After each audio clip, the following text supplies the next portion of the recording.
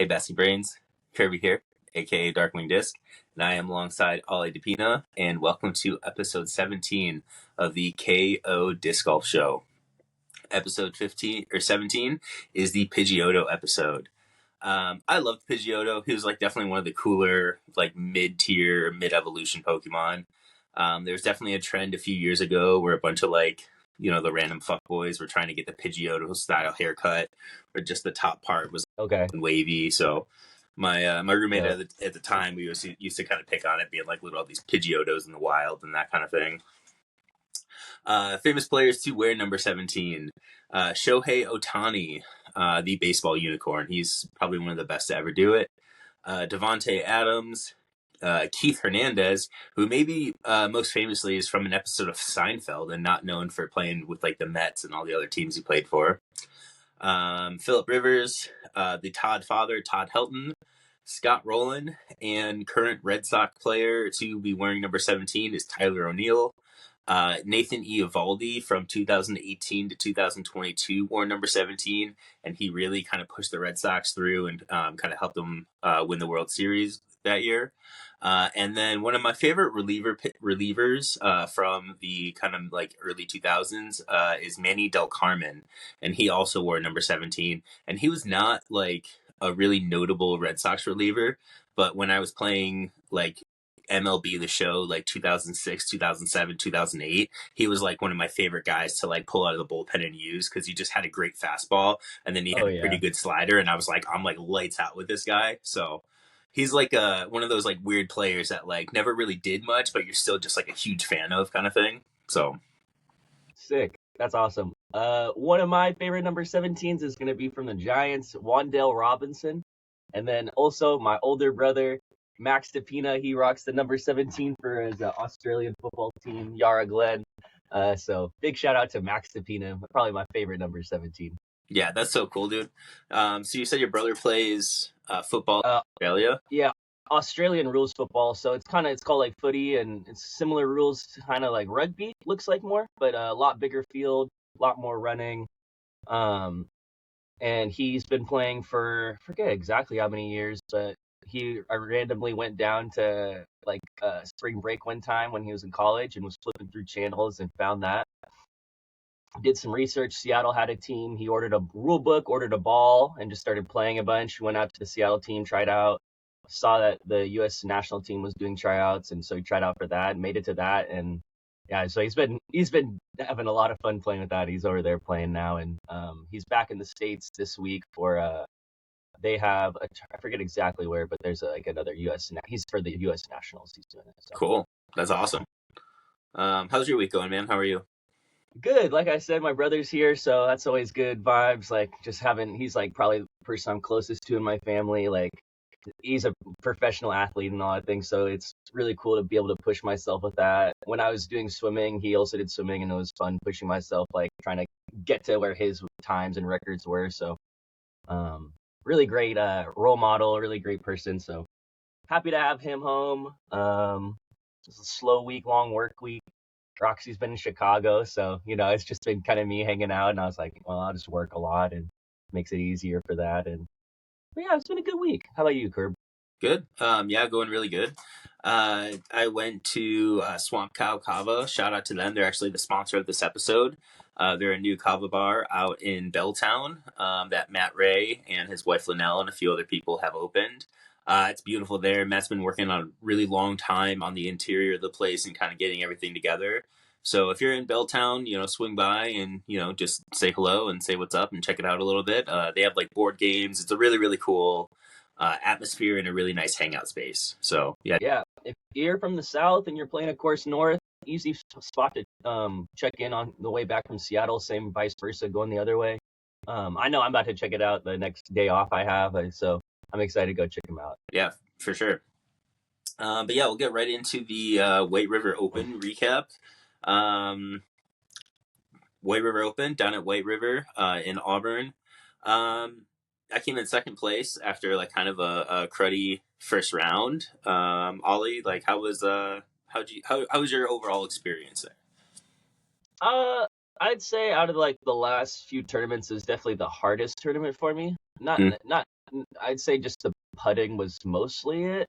Like I was having a really hard time, and I kind of noticed that from hole one. So first, I'll talk about some of the good things. I won't get right into some negatives with it because there's a lot of great things I think to take away from the weekend still for me, even though wasn't able to play like I wanted, which I think has been really good. I've been able to like find the positives in that. But I got to play round one with Caleb Joyner, who was awesome to play with. Like Cool. really enjoyed playing with him.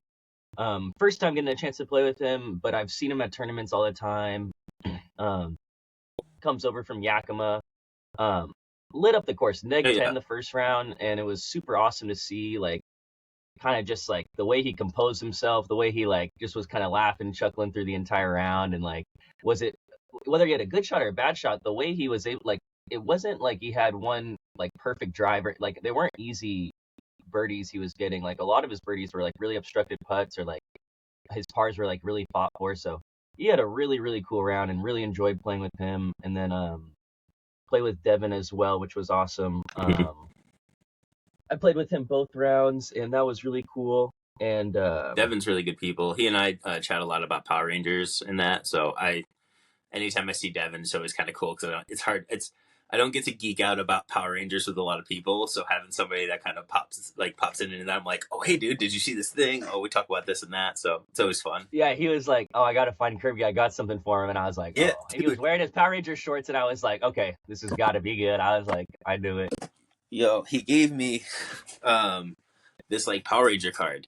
I was like, so sick. Yeah, he was at like a hobby store, and there was like a bunch of like Power Ranger, like the trading cards and some like souvenir thing that he got. And he's like, bro, like I want to give this to you. And I was like, hell yeah, this is so cool. He also gave me a sticker, so I got to like pick a nice water bottle that I want to put that on. So yeah, I always appreciate that. Like I said, I like geeking out about Power Rangers with somebody, so it's cool to do it with him. Yeah, he's super nice. Like, was really great addition to the card as well. So no problems with the cards I had this weekend. Enjoyed that. The next round I got to play with Devin again, like I said, and then Atticus, who I played with last week at South Sound, and I really like Atticus. I think we get along pretty well, and like he's someone that like I think I have like he is very very talented, and like I know like when he's on, it's like there's no one beating him really. It's like he's up there with like the best people. So he's a great thrower. Great thrower, and was a really great addition to the card as well. Like I just enjoy getting the chance to play with him. Whether that's him, he was pretty disappointed with this play, but still was like in such a, I think for how he composed himself was like really really mature, really good. Like of course like it can be really frustrating when I think he was only -5, which is still a great score, but he was talking about how like he like last week in this exact layout shot like 15 and like shot like 12, like that was really high rounds and stuff. So I get how that can be frustrating, but still was composing, and like even on bad shots was still like really really like making people laugh, having a good time. Good. Enjoyed playing with him. But back to my play, I think the putting was just like the biggest thing. I was having like some weird connection things, like not flicking my wrist or like spinning it right or coming out of my hand right, where the disc kind of just looked like it wasn't even spinning in the air. And I kind of noticed that from hole one, where I had a really good drive. I was like 5 feet away, and I just was like, and I let it go, and it hit off the cage, up the chains, and back down into the cage. So it like went in, but I was like, didn't feel like, good. Yeah, that could have easily gone out and could have been like a weird start to the round. So I kind of got a weird feeling there. And then the putt, I kept putting myself in birdie opportunity and just two putting too much. And it was just like, yeah, this is a little weird. I don't know if it was I was just push putting like after like 3 straight weekends of doing it, where I kind of started losing some spin with it or something like that, or I'm not entirely sure with that. But back to the lab with some putting, but the driving was awesome. The driving felt really good. And then just some putting woes. The second day we were able to come back and make some more putts, but I think I just honestly did a better job of driving, because like my birdies I got most of them were like pretty close tapping. So it was like, if we're not going to be able to putt, we got to just drive even better. I was like 10, 15 feet's not close enough at this point. There's a lot of holes though that are really like you can park, so and also out there, like it's so key. I was having a hard time with the baskets, and I was seeing a lot of woes with the baskets where I'm like, I don't feel like if I put and I was just putting weak, so I was like, if I don't put enough power to this, the chains will spit this out. The chains will not take this. So that was a little a little sketchy, a little scary. I remember I was warming up as well, and the basket next to hole one, the cage is like separated, and I missed a putt, and my putter like went through and like completely cut the top of my putter. So I Ooh, might have to get new putters, which I was also kind of bummed about. It happened to both of them, and I was like, oh my god. shit. The alpacas? So Damn. That's so either we're gonna just try to like take a little wood chip and like rub them out, the Mhm. plastic and stuff, or just get some new Go to DX alpaca. Get some new DX $8 alpacas because yeah, those yeah. are money. Nice. Yeah, I mean, the baskets were tough. I had to, so I guess I'll start kind of at the beginning. Like, I could not have started the tournament any hotter. I was 3 for 3. I was 5 through 6. Actually, like on hole 6, I put my disc like, I don't know, 15 feet to the right of it with a forehand roller. Like it was awesome. And hole 7, I hit the gap and actually made it like pretty far down. And then my approach shot kind of trickled down like that little hill to the left there. And I was like 12 feet maybe. And it just like stuck in my hand and I whiffed it right. And I was like, what was that? So I took a bogey there and I was just like, okay, that's going to be the only bogey though. Like just move on. I was frustrated with it, but it was like also like just like whatever, like let it go. So that next drive is that like kind of short, like 260 kind of like hyzer, Yeah. and my drive just like bled out of my hand early, and it was just like, dude, knock it off. So I threw a little jump putt where I was like maybe like 10 feet away, and I hit dead center of the pole, and it just kicked itself and it rejected itself. So there's back to Mm, back bogeys. So now I'm like really frustrated, and I felt like I was just kind of like fighting the course the rest of the day. I ended up finishing yeah. 4 under that day, even though I had a couple more birdies. I did have I had 4 bogeys on the day. 2 of them were from those like gross spit outs. I had another like really, really egregious spit out on hole 16, which was for us like the hole 17, that river hole down there by Yep. the rocks. Yeah, I hit like the pole from like, 10, 12 feet, and it just spit itself right back out, which was just, it was terrible. But I had more bogeys on day 1 of this tournament than I did in the entire South Sound Classic last weekend on 3 courses and 3 different, that kind of thing. So it was just frustrating. Um, so going into Sunday, honestly, I was like, man, like I even texted Brian. I was like, hey, dude, I'm feeling kind of like burnt out this weekend. I was like, I'm glad that like next weekend, Brian's just kind of my guy I vent to, right? So I was like, hey, I'm feeling kind of burnt out. I was like, I'm excited that like next weekend I don't have anything going off. And literally Yeah. on like hole 1 and 2 and 3, he and I are texting about the schedule for next week because like he just happened to be working on it. And I was like, yeah, I'd love to have Sunday. And we're like, I was like, I'll hang out with Ellie, kind of thing. And like, meanwhile, I'm like stringing together birdies, being like, I'm so tired, like my shoulder hurts, kind of thing. Or Yeah. kind of like, I was like, kind of just like bitching a little bit to him, but also like, he's like, okay, like have a good one, man, because I think he was kind of like, you're playing well, I'm gonna let you go, kind of deal. And then like, Yeah. yeah, I ended up, I shot really like good. So day 2 we get to the river hole, and I'm like having a good round up until this point, and like 3 out of the 4 of us put our drives like left like on the hillside there, and I put my bag down and I keep my phone in my bag pocket because I don't like having it in my pocket when I play. And we find the guy's discs. He's behind me. So I pick my bag up. I go to get out of his way, and I reach around for my phone. And I was like, oh no, it's not there. And I'm patting my pockets, and I'm like, oh crap, like, where'd my phone go?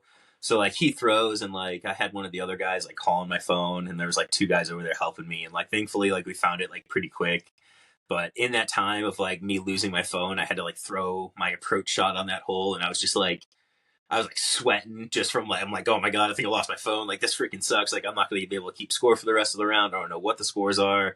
Like I knew at that point, like I had like shot pretty well, and I knew I was like toying with kind of like the lead, like with the lead, and I kind of wanted to see what was going on with like John and Caleb, and then because I knew they were attacking, even Brian Johnson was attacking. Um, so that was like really stressful, and I didn't throw a great shot, but it wasn't terrible kind of thing. Which we found my phone really quick, which was awesome. And then we get to hole 18, which is where I saw you, kind of thing.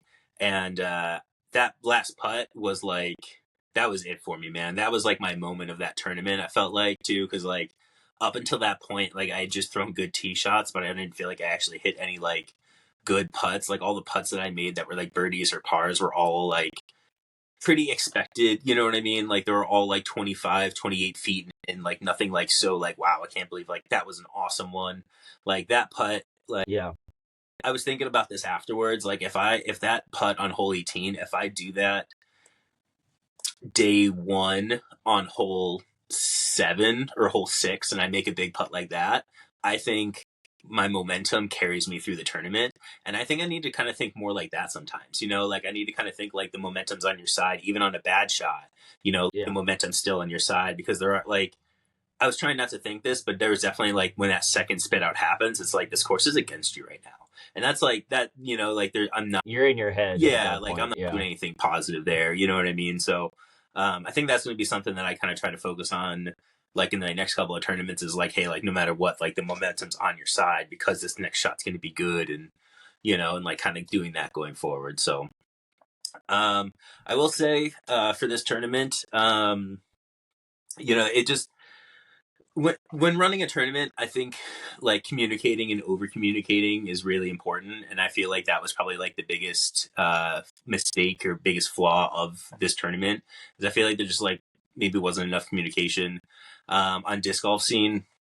You know, Ryan put a little like sticky note on there, but I know a lot of people like didn't see that. I know he was getting a ton of messages about the layout, and even when like you're going to the course, because there's like, you know, the summer layout, there's the winter layout, and then a lot of these holes like just kind of have like made up names like Woodstack and Ivy and stuff like that. It just wasn't the easiest course to navigate. The fact that we didn't have a map, you know, that had it labeled or anything like that. You know, he told everybody, or he in the messages, like if he went through the comment section of disc golf scene, you would see that he told somebody to like go in and play up to this hole, skip a bunch of holes, play these holes, skip those holes, go to these holes, you know, and it's just like, that's just like, you know, for a tournament of this Yeah. size, I feel like there should have been some kind of map or something like that. I feel like there should have been like a caddy book, you know, like kind of made ahead of time. The fact that a player made a caddy book is like, is a little crazy to me. So I think just going forward, I would love to see more tournaments, you know, keep the communication almost at like an over communicating kind of level. And I see a lot of other tournaments doing that. So that's kind of like just, I don't know, my biggest flaw there is just that, you know, because just going through the special layout and stuff like that, like it's just, it's difficult. It could be tough. Yeah. Yeah, for sure. So we are going to go through the winners real quick. As soon as I bring it up here. Oh, highlight I didn't say in my thing was I did throw in on hole 4 from like 150 feet. Sick. For on the birdie? first day. Yeah. Oh, sick, dude. And so I ended the weekend neg 1 on that hole through the 2 days, so that felt really good. And I like threw a forehand off the tee. I kind of go too straight, and then I throw another forehand, and I can't really see the baskets behind 2 trees. And I like look at Caleb, I look at Devin, I was like, "Did that go in?" They're like, "It went in." Yeah. What'd you throw? Was it a tilt? Toro. That's cool. Caleb and I were talking about your tilt. Like, I was like, man, as soon as he stops looking up at that tilt, and Caleb's like, I saw the tilt shot a couple of times. He goes, they're pretty good. I was like, I know. I was like, we all know they're pretty good. It just, you know, come on. So I threw it on hole 10, I think. The where you're standing. Yeah, he said do like a hyzer on the path hole. I threw a grenade, basically. Yeah. Do you like? I got there. Yeah. I got a putt. Well, I didn't tell you I didn't make the putt, but that's still. I'm in another. Like if it was last weekend, I'm making that putt like 8 out of 10 times. Yeah. And so it's just like, and that's where like my confidence has been. So yeah, we're not gonna play. We're gonna take a little. Yeah, I don't have until Ralph Williamson, so there's like a nice break I can take in my game and focus on things where I'm really excited to come ready for Ralph. Yeah, nice. Yeah, that was one thing I did after my round, because after those 2 spit outs, like I was not feeling my putt, or I was not feeling like just confident at all in that. So after the round, my wife Ellie texted me. She's like, hey, like, when are you coming home? And I was like, I got some like stuff. I got some work to do. Like, I'm gonna, you know, hang out on the course for a minute. And I like speed ran the course up until I think it's hole 8 there, the first like spit out that I had. So I like speed ran up until that point, and I stayed on that hole for like probably like a half an hour, and I just putted. And like I kept like making putts from like, you know, from anywhere from 10 to like 30 feet. And like I was really like feeling my putt out and like really kind of getting it together. But like every single one was just like, fuck you, basket. fuck you, basket. And I would go and like pick them up, and I would walk to the other side and be like, fuck you, basket. And I'd go and do it again. And I did that for half an hour, right? So I get home, and my wife is like, so what were you doing? Like, just, she was just like asking me about my day. She was like, what were you doing while you're out there? And I was like, honestly, I kind of just like went rage mode on a basket for a little bit and kind of just yelled at it for a while. She goes, really? And I was like, yeah, kind of, but I feel like it was really therapeutic. Like, I feel like I got my anger and my frustrations on that basket out by just putting on it and kind of like, yelling at it for a little bit, I think. So it feels good. Yell at inanimate That's objects. great. It's good, man. It Yeah, feels nice. Quick yell. All right, so a quick shout out to the winners. Shout out to John Babb. I got second place. Brian Johnson, Little Mateo, and Caleb Joyner all tied for third place. Tight at the top there, so that was cool. Allison Mabbutt got first place, and shout out to Vanessa Stephanie for getting second. ECD member, awesome. Kyle Crabtree and John Anderson went to a playoff, and Krabs took him down. So that's cool. I finished when they were the card ahead of me, and that John Anderson turkeyed to force the playoff, and so he birdied 16. Yeah, he 15, birdied the last 3 to 15. Yeah. Sick. And I was like, oh, that's sick. And so Atticus and I were like, what if we just like speed ran this last hole so we can go watch their playoff? Like I really want to go watch this. I don't even want to play anymore. Yeah. And so we were like, oh, and then I think Crab took it down in the 1-hole playoff. That's cool. Yeah. That's awesome. Ming, no surprise, took down MP50. Won by 13 strokes. Good on him. Don Clark, kind of like the MP60 GOAT right now. He took down, he won MP60. Tom Bontempo took down MP70. MA1 was won by Nate Wallen. Rob Beach and Matt Oberstaller came in second and third. FA1 winner was Amelia George. MA40 winner James Hustis. MA50 winner Tom Roher. MA60 winner was Wally Mead. MA2 winner was Charlie Couch. Second place was Bernie Smith, and third place was Corey Parker. Shout out to the Box One member. Dude, that course seems like such a Bernie style course, honestly.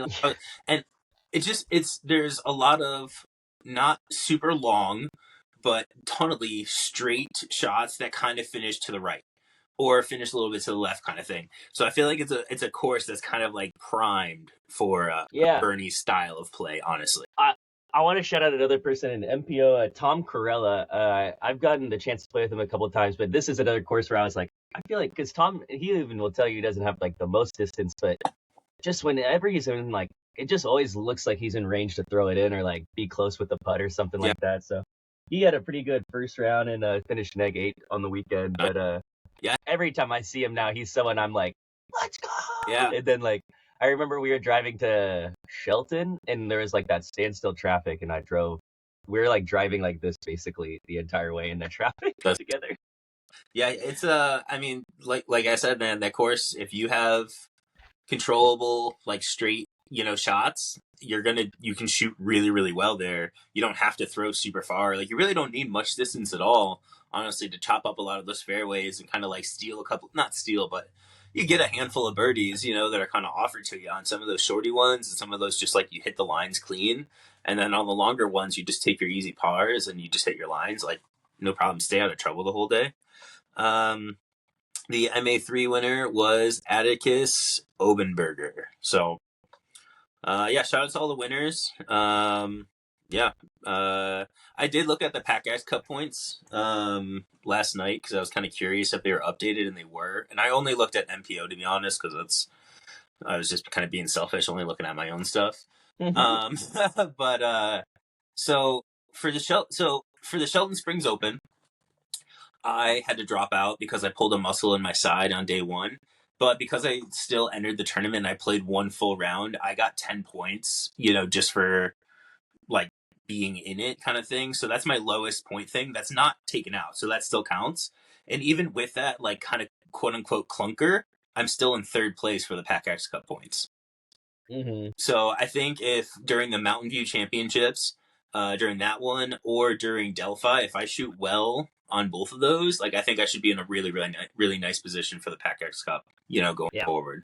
So, but yeah, I looked at it and I was surprised because I thought I was going to be pretty far down because I know I had one tournament that was just, I got, like I said, I got 10 points for it, and it's like, just enough to qualify. So yeah, I would think I only had I was at under 100 points for a while. I'm not gonna lie. I scored 25, 27, and 62 for my first three, and I was like, oh god. yeah. So, but then the last couple ones we had 75, and so we're going up. We're moving. Where are you in the thing? I am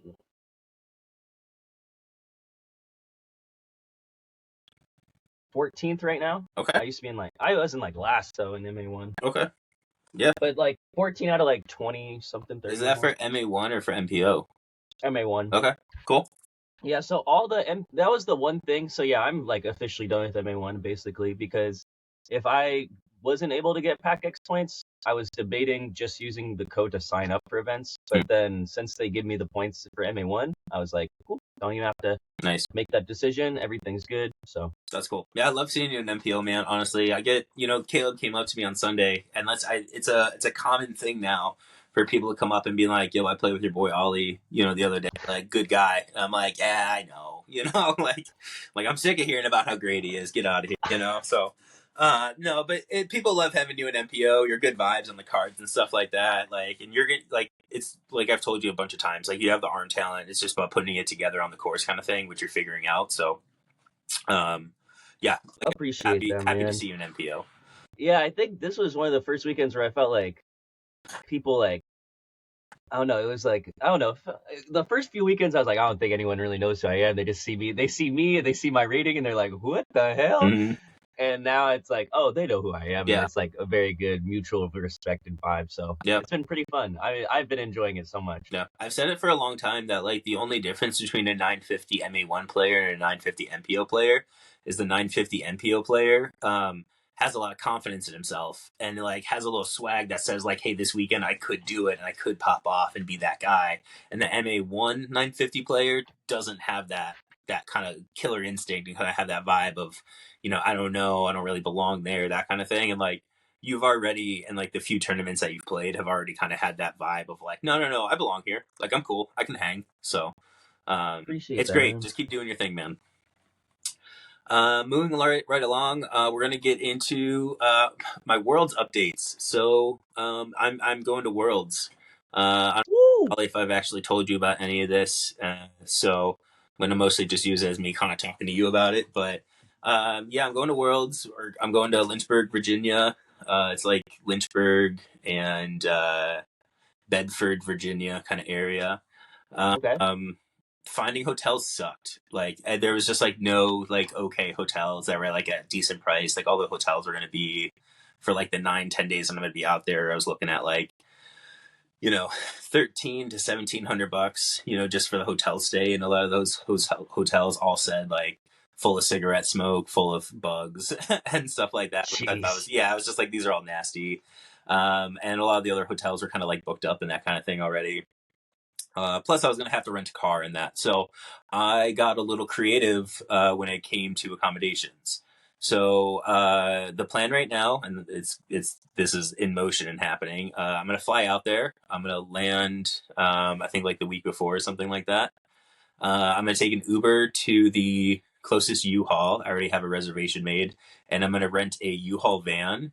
And then I'm going to drive that U-Haul van to the nearest Walmart, and I'm going to get an air mattress and a pillow and a blanket and a bunch of other just accommodation, style stuff. And your boy's going to be living in a van, down by the river for about 9 days or so. Down by the river. Yeah, dude, it's, growing up, that Chris Farley meme was you don't want to be living in a van down by the river. Now, at 34, I'm bro, this is kind of eek, I don't know what's going on here.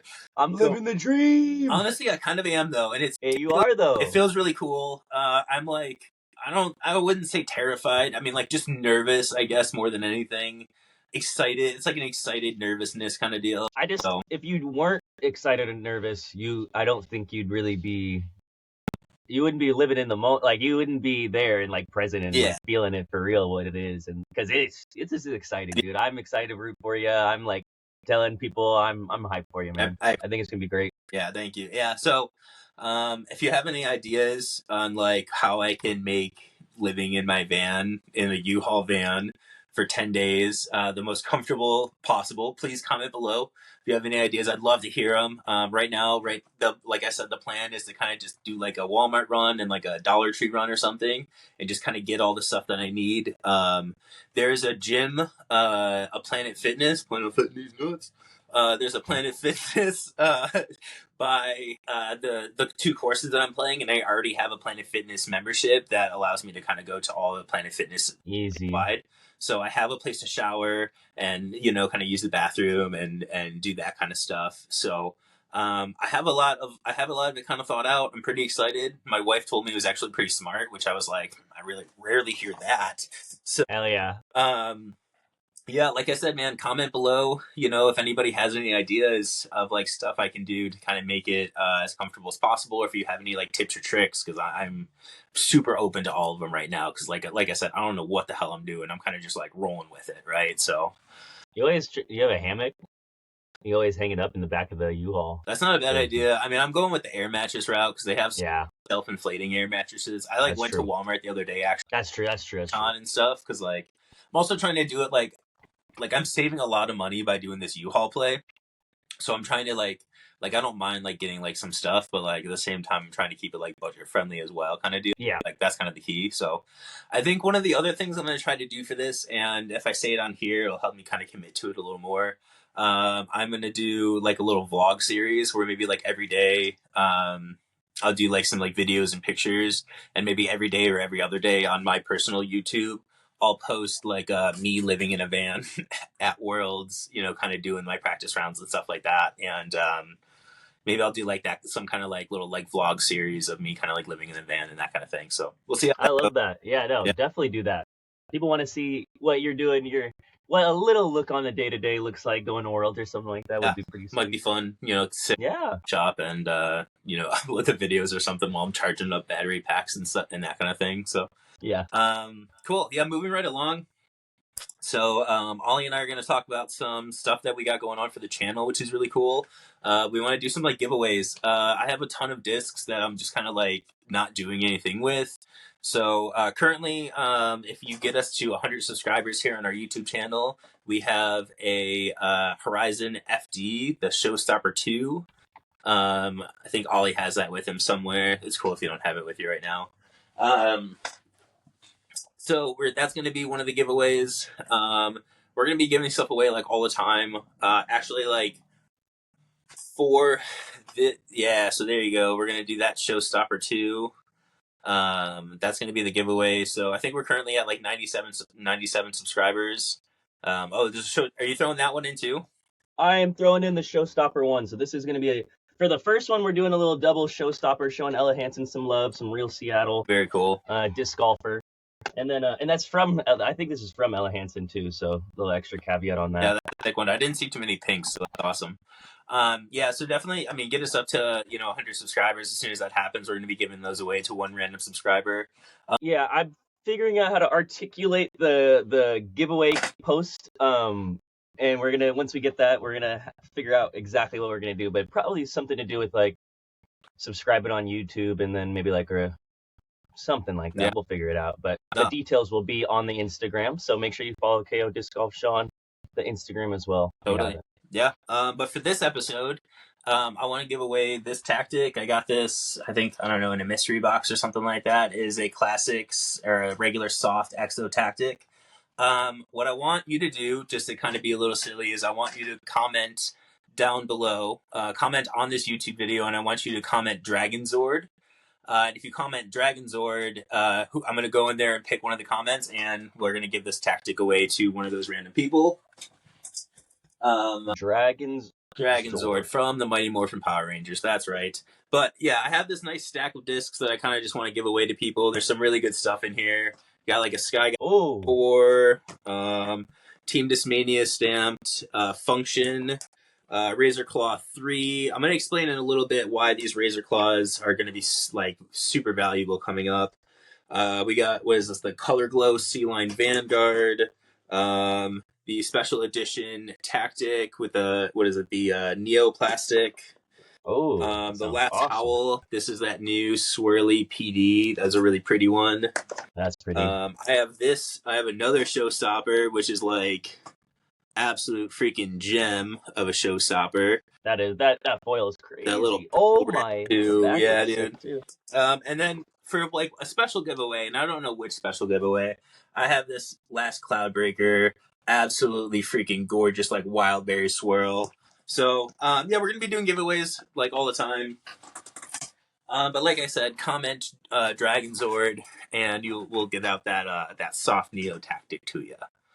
So something, as I was just talking about those tactics kind of being a little like rarer. Discmania this morning, and we have a Discmania group chat. All the team members are in there. It's a lot of just kind of communicating to the team about like stuff like how to order discs and that kind of thing. And if you need to reach out to somebody about how to get this or that kind of deal, you go to the Discmania chat. So one of the head guys in there commented and sent a YouTube link that was also sent out to, I believe, all of like the Shield members, which is like their special like group where you get like early access to drops and stuff like that on the website. It's like that kind of group kind of thing, like subscription thing. So he went in there and they were talking about the products and like their plans for some of the discs going forward. So I took a bunch of notes and I thought it would be kind of cool to talk about it on here and kind of tell the fans of the KO show about this stuff. So Discmania, they're going to be trimming down the Evolution lineup. Evolution lineup is going to be aimed just for beginners. The idea is that they're going to have 3 putters. They're going to have the Logic, the Notion, which I love both of those putters. Actually, they're both great throwers. And the Link is going to be the 3 Evolution putters. The Tactic is going to be discontinued. So going forward, like you're not going to find any more tactics. They're going to start to just like slowly like trim those out. Like I know they have some product on hand, but I don't think they're going to be making any more. They did talk about potentially in the future turning the tactic into a Discmania Originals style disc, which so instead of it being the tactic, it might be renamed into the P4 they were talking about, and they were also saying about maybe doing like an approach disc section, which would be really interesting. So basically, from what I understand is by them doing that and moving discs from the originals lineup to, or from like the Evolution lineup to the originals lineup, is it gives them the ability to make that disc in S line plastic, in C line plastic, and in a bunch of other varieties of plastic. I'm But they not weren't able to. what's that? They weren't able to. I guess not. Apparently, from like this video, you kind of made it seem like this is kind of like what like they'll be able to do going forward. So I wonder if it's like because, and I don't know this for sure, but I thought that like the Evolution line was made by like Latitude 64 and the Discmania Originals line was made by Discmania. So it might be like a transferring over of like molds, from like the Latitude factory to the Discmania factory. Now the Discmania factory is doing that, like I don't really know what that looks like. And I don't know if maybe Yeah. Discmania is just trying to expand their own kind of like Originals lineup kind of thing, which we'll kind of get into in a little bit here too. So for the mid ranges, they're going to do the Origin. There's not going to be a method anymore. The method is going to be discontinued. And they have a new mid range coming out this year. I imagine it's going to be really understable because, like I said, this Evolution lineup is going to be aimed for beginners. And the Mutant, that's also going out of production. So if you're a fan of the Mutant, if you're a fan of the method, I would start, even like the Tactic too, I would start buying them up now because you're not going to find them, going forward kind of thing. I don't think I've ever thrown any of those 3. What's that? I've never thrown any of those. So for mid ranges or for fairway drivers, the Essence, the Function, those 2 are going to be definitely like in the fairway lineup.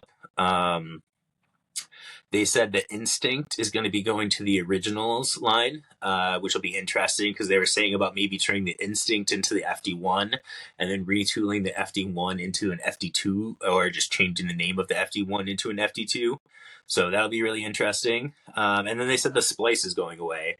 So the Splice will probably be turned into or maybe turned into an Originals lineup, and will be turned into like an FD4, which will be pretty interesting. So I love display, so I definitely don't want to see that go away. The Paradigm will be the driver for the Evolution line, and the Enigma will probably become a DD2 sometime the next year, which is interesting. Like I said, going to the original lineups means that they're going to be able to do like the S line, C line, and a couple other different plastics. The Originals is going to be known as like the performance line, and it's going to be aimed more at like professional players and players to throw like more overstable stuff, and that kind of thing, which I think is good. I think you should have a line that's kind of like, hey, like we're not trying to make these discs lightweight, we're not trying to make these discs for like the newer player kind of thing, which is great.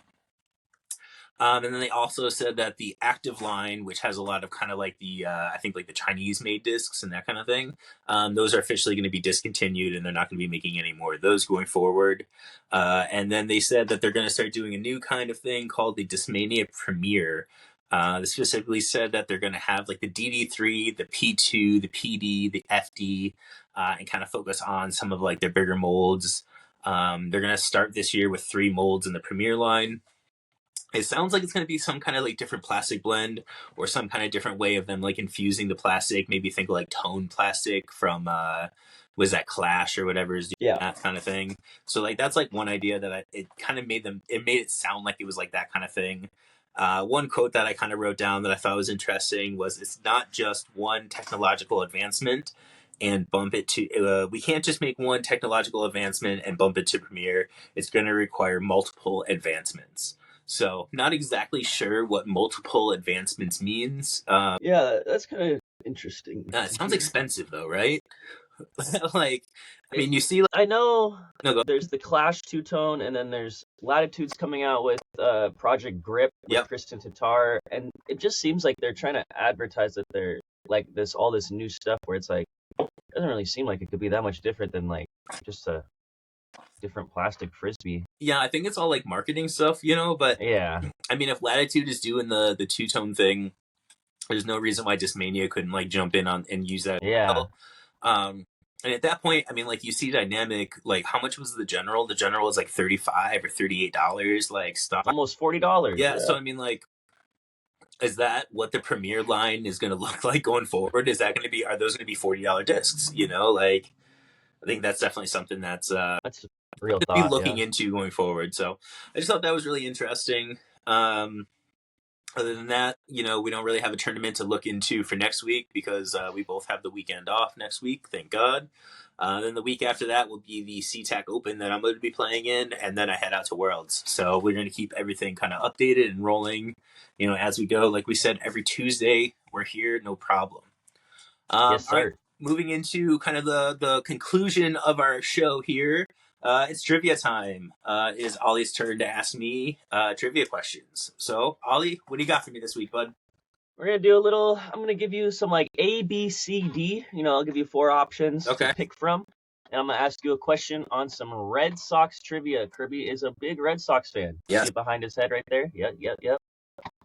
We'll have a couple, we'll start, I don't know. We'll see how these are hit or misses. I don't know too much about the Red Sox, but I'm excited, Yeah, I'm pumped for it. Well, see, honestly, these are the kind of tests that make me a little nervous because I think I know Red Sox stuff, and then stuff like this happens, and it's like, oh, I don't know ball at all. I think having 4 options, at least you got a 25. You could shot in the dark 25%. 100%. Yeah, I love it. And when in doubt, it's C. So, all right. Well, also, wait, how do I know? Do I have to answer it and then submit or something? Oh God. Oh, I gotta. Okay. So basically, oh, they didn't put the answers. If there's one thing that the KO show is known for, it's preparedness. So I just wanted to make sure. Well, I was going to ask questions and then you're going to say the answer. Then I was going to be like, well, it's actually, I don't know. That's not correct.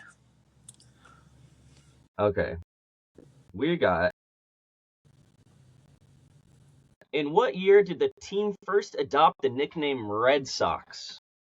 1901, 1903, 1907, or 1912? 1912.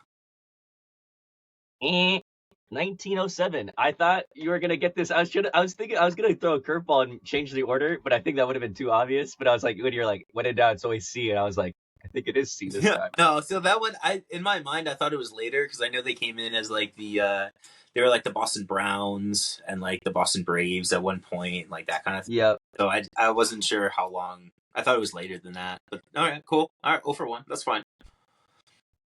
Who holds the Red Sox record for saves in a season? Tom Gordon, Dick Raditz, Jonathan Peppelbaum, and Calvin Schiraldi. Yo, it's Paps. That's Papelbon. Wrong. What? It's gonna be Tom Gordon. Gordon, yeah.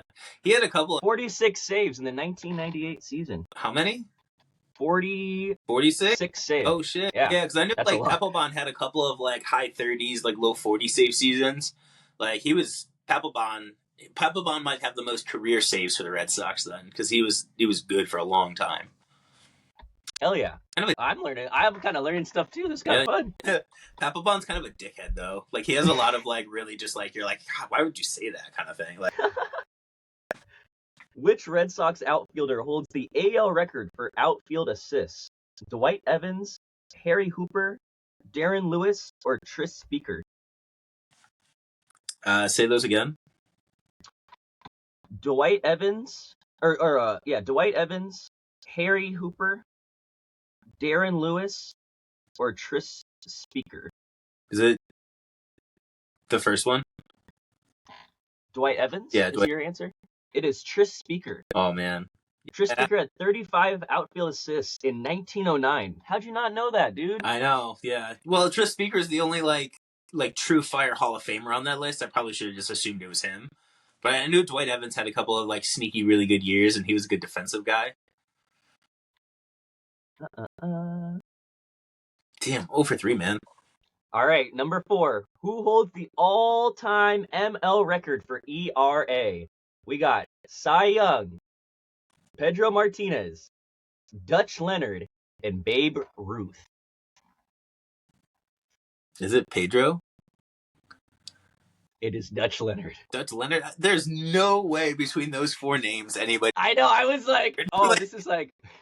It's the odd man out. In 1914, Dutch Leonard finished the season with a .96 ERA. It remains the MLB record, Major League record. Yeah, how many innings? No, I don't know. No, I mean, he was playing plumbers. That's bullshit, yeah. They were segregated leagues. It doesn't count. What? Who is the only Red Sox player to hit for the cycle twice? We got Dwight Evans, Ted Williams, Scott Cooper, or Bobby Dewar? Ted Williams.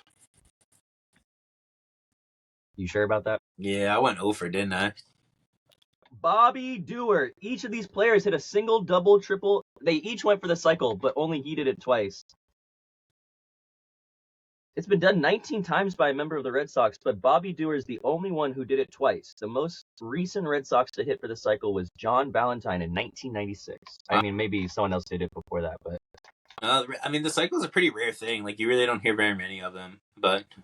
Yeah, no, especially, like, I feel like when people get close, you hear about it now, and it's like, that's pretty cool. Like, it's cool. It really doesn't mean anything. Like, it's not as good as, like, hitting, like, 3 doubles in a home run. You know what I mean? Like, yeah. Well, in there is, like, not as impressive, you know, kind of thing, but it's just, like, a fun stat, so... Yeah. That was cool. That was fun. Yeah, I like doing stuff like that. It's kind of interesting hearing about, you know, some of those facts that I honestly really didn't know off the top of my head. So, cool. Moving right along, we're going to jump right into the iDraft. So, back to the letters this week. And this week it is I. So I don't know, man. I thought it was kind of like a not my favorite draft pool, but we're gonna see how this goes. So I didn't do a thing last week. Give me 1 second. Random number generator. Ollie, pick a number 1 through 10. 7. Come on, generate. Oh. Nope, it was 3. So I'm gonna go first. Yeah. That was completely arbitrary. Yeah. All right. So I'm gonna take the first pick, and my number 1 overall, I pick is an icy. These are like those like slushies, like the frozen drinks. I freaking love an icy, dude. On a hot summer day, to get like a blue raspberry or a Coca-Cola flavored icy, it Goes hits hard. so hard. That's good. All right, what you got for the number 2 and the number 3? For the number 2 pick, we're gonna go. I was having a little hard time with eyes, but I'm a big IKEA fan. Okay. We love IKEA. I don't know if it's worth my first pick. We were trying to have it. But I don't have a ranking for these I words. I just know it's up there, and I like it. And I like the Swedish meatballs they have. I like the furniture they have. Okay. It's a vibe. Go to IKEA. It's a vibe. Sure. Swedish vibe. Sure, dude.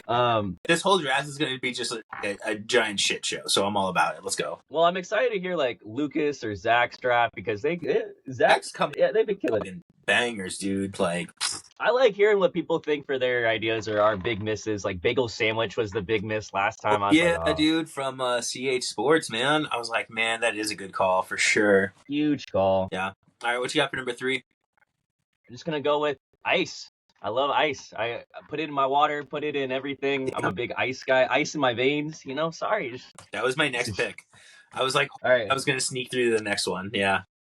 Nah. Too valuable for me. I have ice water every night. I gotta go to bed with ice water. Dude, my last off season, I bought an ice maker, like the little the pebble ice, like the best ice. We got it too. Dude, my wife hates it because it's so loud. But so like that's a huge point of contention in our house. I'm like, dude, like leave my ice maker around. I really like having like a bunch of ice in the morning. Like turn it back on before you go to bed. So that's a whole thing. That's a whole thing in our house. That's a soft button. That's a soft topic. All right, so for the number 4 pick here, I have the number 4 and the number 5 pick. Number 4, this is a pick. This is something that I take before every disc golf round, and it's ibuprofen. Oh, bro, that's a really good pick. Ibuprofen means I be throwing. Dude, there's some days where like, yeah, a couple ibuprofen and like they'll fix you right up, no problem. And then for my number 5 pick, I'm gonna pick The Incredibles. That was on my list. Yeah. Honestly, it's kind of like a thin, like there's not a lot to pick from. So yeah, The Incredibles. Specifically, Mrs. Incredible, but anyways. My turn? Yep. With our 3rd pick, we are gonna go with a brand I enjoy to throw. Innova. Okay. We are a big fan of them. We like them. We've been throwing them. Destroyers, Firebirds, we like them. AVRs used to be my tea. Yeah. Yeah, I love Innova. Yeah. They're great for the sport, growing the sport, making the sport what it is today. Makes sense. And then it's like, I can't really give up ideas too much because I don't want to give you anything, but I could go we'll go with Italy. Sounds good. Okay, just the whole country of Italy. Sounds good. All right. We're just gonna take Italy. What? It's a cool country, good food. Yeah, I went to Italy in February. Like, I'm not arguing. Yeah, there you go. All right, not even on my list. Honestly, didn't even think about that. I was like, I feel like there could be worse things to say. Like, the things we'll talk about it afterwards. But I was like, there's just worse things. The things that we don't put on this list is going to be really why. All right. So for the 8th pick and the final one, I'm gonna pick Illusion. Oh, that's good. Bro, illusions are sick, man. You go to like Ripley's Believe It or Not or something like that. You see like a good like illusionist and he does something that like blows your mind. You're like, that's freaking cool. I can't believe you just did that. I like those videos on Instagram of like the people who are like, oh yeah, if you take this marble and you like blow it, it turns into this beaker, and then you can put sand. And they're doing magic tricks in front of this guy who Yeah. I've never seen this before in my life, and like it's really really awesome. Yeah. All right. So other eyes that I had here, I had instrument, irreplaceable, illustration, information, and idea. I don't know, man. I was really scraping at the end there. Idol was on mine. Okay, like American Idol. Yeah, or like idols you have, Okay. Iguana. You're like, no. Iguana's not a bad one, yeah. And that was about all I had. Igloo. I was like, what the fuck am I gonna say with igloo? Like that is, yeah. it's not even a top 4 I word in any category. No, nobody's pumped about an igloo. Yeah, like no, I was not the easiest one, but iceberg or something. There was so many ice ones. I was almost at a point where I was like, dude, we should just do like an ice draft, and we just have to draft all words that the first 3 letters are ice. Oh, like Irish whiskey could have been good. Irish whiskey, man, that's a miss. That's a huge miss. No!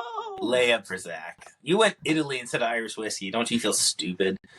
No, I'd take Italy over that. Give me the pizza and pasta, whatever. Mm-hmm. Yeah, I need to go to Italy. I don't know. It was fun. It was a good time. Yeah, honestly though. Yeah. Rome and Rome is like definitely where it's at for sure. Genoa is kind of lame. I was looking at some of the words. It's like annihilation. Like just like I words are crazy, dude. Yeah. Infinity would have been cool. Okay, so this is something that funny that happens every week when we do these drafts of letters. I will look up like I words, right? And then it brings me to a dictionary. And the thing that sucks is the first couple of things that come up on the dictionary are like 15-letter words, 14-letter words. And I'm like, let me just scroll all the way down let me get to like the 9, 10 that is comprehensible for someone of my reading capabilities. I feel that. Yeah. All right. You want to round us out, Ollie? Yes, sir.